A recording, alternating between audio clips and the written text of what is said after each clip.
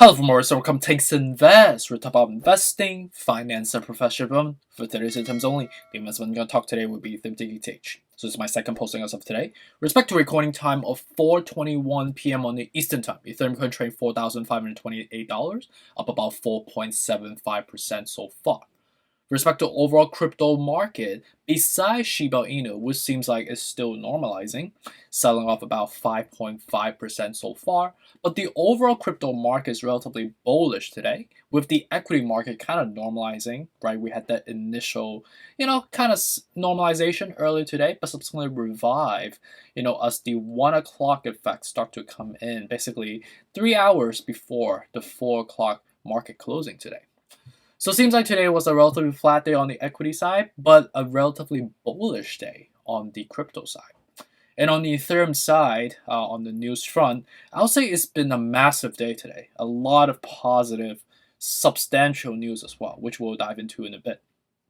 So with respect to the first one, Decrypt 1 hour ago talk about Solana flips fellow Ethereum rival Cardano as Solana nears all-time high all over again. So with respect to Solana right now is up about 7.42%.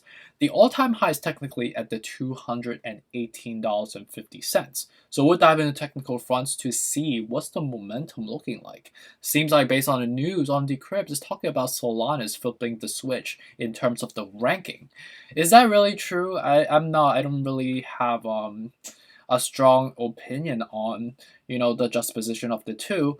But the pricing, dynamic is indicating that on a macro perspective, from the public investor side, Solana is definitely winning the popularity contest at the moment.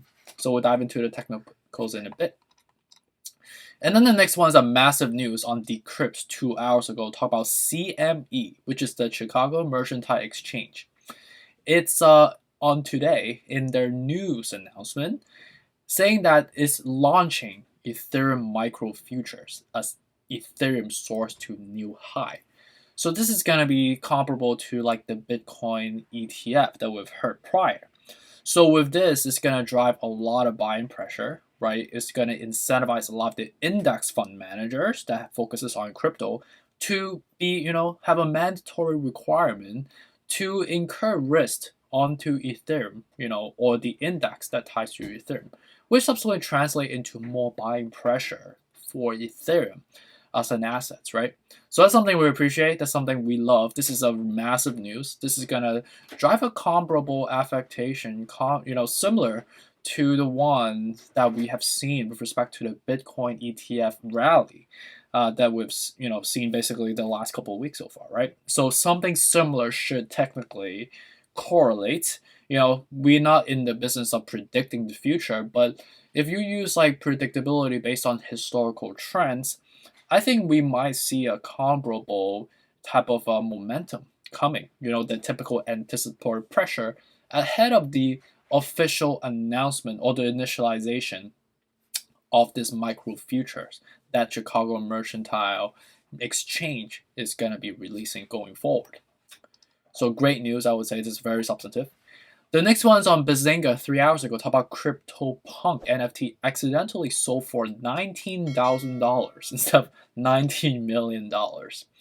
So this is another NFT news, but this is kind of a trivial one, but at the same time an unfortunate one. Not sure what's that. Is the seller able to recuperate the funding? Because it seems like they already sold the painting or whatever, how would you even call it, the arts piece, right? Is it too late for them to ask for, is that even called a refund, to ask for further payment? I don't know, because there's still a lot of missing dollar signs or zeros behind the transactional cost that's supposed to be based on the appraisal of this artwork, right? 19 million versus 19,000. That's night and days, right? And then the next one's on Bazinga, and this is a relatively substantive news. I don't know how true that is, but based on a report that Goldman Sachs has released earlier today, it predicts that Ethereum should technically, right, and I don't know what that really means, technically hit $8,000 per Ethereum by 2021. based on their technical analysis.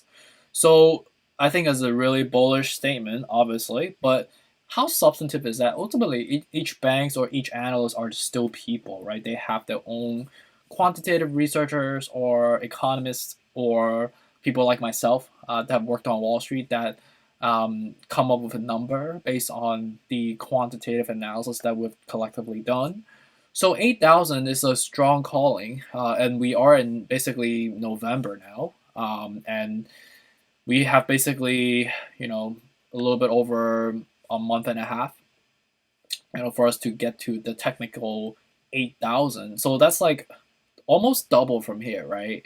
I'm not sure, but we'll see, right? Based on the technical momentum is gonna be technically, if you want to run up to 8,000, you're gonna create some huge outliers onto the technicals on the RSI and MACD fronts. So I'm not sure how logical that is, but they might have their own perspective. They might want to incentivize their clients to buy it. They might want to incentivize their public clients to buy it as well. So we don't know. So next one is on talking about Ethereum hits all-time high above 4,500, right as Bitcoin recaptures 64,000. So this is just like a regurgitation news talking about the technical, how much of momentum that we should be sustaining going forward. And then the last one that I see on this news, it's not the last one, there are still a couple. Someone just sent 179 million Ethereum to an anonymous wallet. So another trivial news, talk about someone, a whale, I guess, exchanging or transferring a relatively sizable amount of Ethereum from one wallet to another. And then the last one, these couple ones are basically saying, why are the stocks related to Bitcoin and Ethereum up today? For obvious reasons, because the crypto asset is up today. That's why it's the correlation. Yeah, and I think that's pretty much it. So let's just dive into the technical front. Obviously, we have two substantive news, right? Three, I would say, collectively in the last couple of days. The Burger King Robinhood partnership one.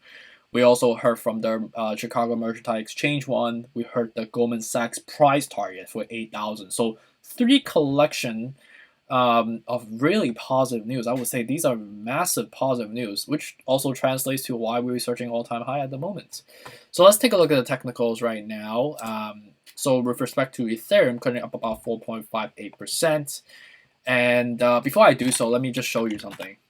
I was the reason I'm posting late today because I was fixing my ceiling. So this is the progress that I have so far, and you can see that it's really patchy right now. I still need to paint over it. Yeah, but I was basically spending the day to do it. Despite I could technically hire someone to do it, but I just wanted to do it myself because I want to be frugal. I don't know. I should probably hire someone to do it, but it's not the best job. But anyways, with respect to the technical fronts right now, we are up about close to 5% so far, right? We are surging up. We formed that golden cross not even a golden cross, we just canceled our death cross and then subsequently leap up because the drag effect from Bitcoin and the positive news I've been hearing so far, right? Right now, we're trading at the 67 out of 70, so you know what that means. We're pretty much overbought at all levels right now. But if you are believing that we will hit $8,000, we're technically gonna, firstly we have to get to the 5,000 first, right? We haven't even got there yet. And as we get to 5,000, we're gonna be way above the waterline, right? The 70. And I think as we get there, let's say we get to 5,000 or 5,100, we should technically be around like the 82 or like the 90 level on the RSI scale. So Goldman Sachs is saying that we will technically go to 8,000. So I don't really know how that's logically possible, unless we have a really massive flash crash. Let's just say in incoming days, we sell down, right, and then we deplete a little bit more, or another thing that could possibly be happening would be further consolidation on the sideways fashion, deplete the RSI a little bit, and then we surge up from there, right? But 8,000 is still a huge stretch, because, RSI, it cannot be overbought more than overbought, right? Because the money has to come from somewhere. And also another catalyst that we know is the FOMC meeting that's happening in November, which is coming like in the next couple of days or weeks or so. I need to confirm all the dates, but I think it's going to be mid-November. And also the CPI report as well, right? So those are still black swan catalysts that we don't know how to capture, or do we have the outcome of yet, right? It's going to be relatively binary, And I think it's going to lean more towards the positive side of the spectrum based on historical trends. Like the last subsequent reports has always been translating to buying pressure on the crypto side. Seems like it's a form of inflationary protection by investing into safe haven type of assets like crypto, right? So that could technically translate into more buying pressure if that's the case. All right. So Bitcoin right now is 61 out of 70. We're forming a curvature upward right now, so that means there's more bullishness coming. And on top of the fact that basically the depth cross of crossing down is pretty much like depleted. So technically the 60K is like becoming more and more substantive as days passes, right? So the perfect world situation would be for Bitcoin to kind of trade on a sideways fashion for a little bit, like for maybe a couple days or a week or so, and then leap up from there. Because as we get there, we will deplete the RSI to be more like close to 50 or 40, right? And then the whales are going to incentivize to basically redeploy the dollar to come back in and search Bitcoin all over again to retest all-time high. So that's possible. So with respect to Dogecoin right now, it's curving down at the 60 out of 70. So it's not like terrible, but again, right, we are forming this curvature downward right now. Despite this canceled out because of the whole drag effect from Bitcoin and Ethereum, obviously, right? But in the more risk-averse perspective, would be somewhere around like the 23 to the 20 cents level would be much better level dollar cost average than the current level that we're at right now, knowing the fact that we kind of have to form the gap to, basically not form the gap, fill the gap per the gap that we formed here. Cardano is just struggling, and I think out of all, it's depleted. So I think Cardano is relatively bullish in comparisons to the other ones. So I think maybe buying somewhere around like the level of like 195 to 187 would be the dip. But technically, you see the dip that we got to was at 182. I think that's oversold at that point, and that's why we see this mini candle instead of like a red candle per se. Solana is right now trying to get above all-time high of the 218.93 at the moment. Right now, there isn't anything that is confirmed as to like, is it just gonna keep running up? It's being running up because it's dragging up by obviously the main coins and because of the just position news that we just heard earlier today, comparing Solana to Cardano, if you may, right? It seems like there is more preference towards Solana. However, we're still overbought, right? So this could be, mainly driven by public investors, and how likely are we going to be sustained? I would say the risk is definitely increasing, so something to watch out for. Would you want to be incurring risk at all-time high right now? I don't think it's really worth your risk versus reward ratio. XRP right now, we are crossing up, so it's a bullish signal with 56 out of 70. So we're technically going to run up to maybe the 120 and then sell back down from here, knowing the fact that we just crossed. So that means that's a good sign. But we're like still leaning more of the upward echelon of the overbought at the 60, right? So I don't think it's going to run up like, oh, it's going to go to like $2, $3. I think 120 would be a logical level for us to run up to. Polkadot right now, it's running up because of the golden cross with the 71 out of 70. So you know what that means. I think this is probably not the best ideal level for you to chase. I think maybe wait until it cools down to 38, at least bare minimum. But I wouldn't even touch it until like comes down to like 30 to 25 respectively. ALGORAND right now, it's crossing up, so we're basically contemplating on do we go up from here or go down from here. But because of the MACD line is above the signal line, the momentum is not most favorable. We are at the 53, so it's like neutral, so not like super overbought or super oversold. So in the risk mitigation perspective, I think we'll just wait until 160 to 155 would be much more logical. Shiba Inu is the last one. We are still bearish, I would say. We're curving down right now, and I think as we form that cross, we're going to cross down and then reach this entire gap to come back to 2871. And I think we need to with the 70 out of 70 right now. So ideally come back, cool it down first. And I think we will see some resistance around like the 478, 4794. Definitely going to see somewhere around like the 3000. That's just because it's a flat number. So technically, if you think about that, you have a long way to come back down from here. And I think it's going to be a bloody one, like I keep mentioning.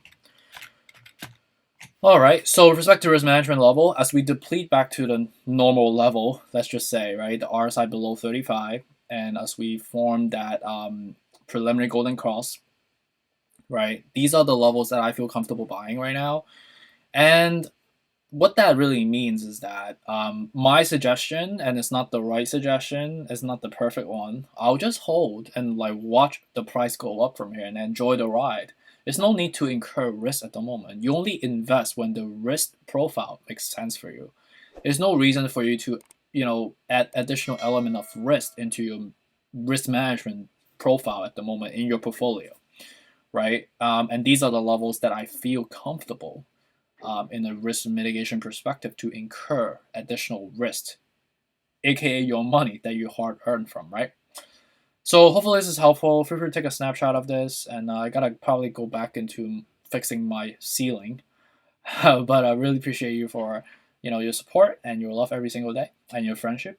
And stay tuned for the cup. Take care.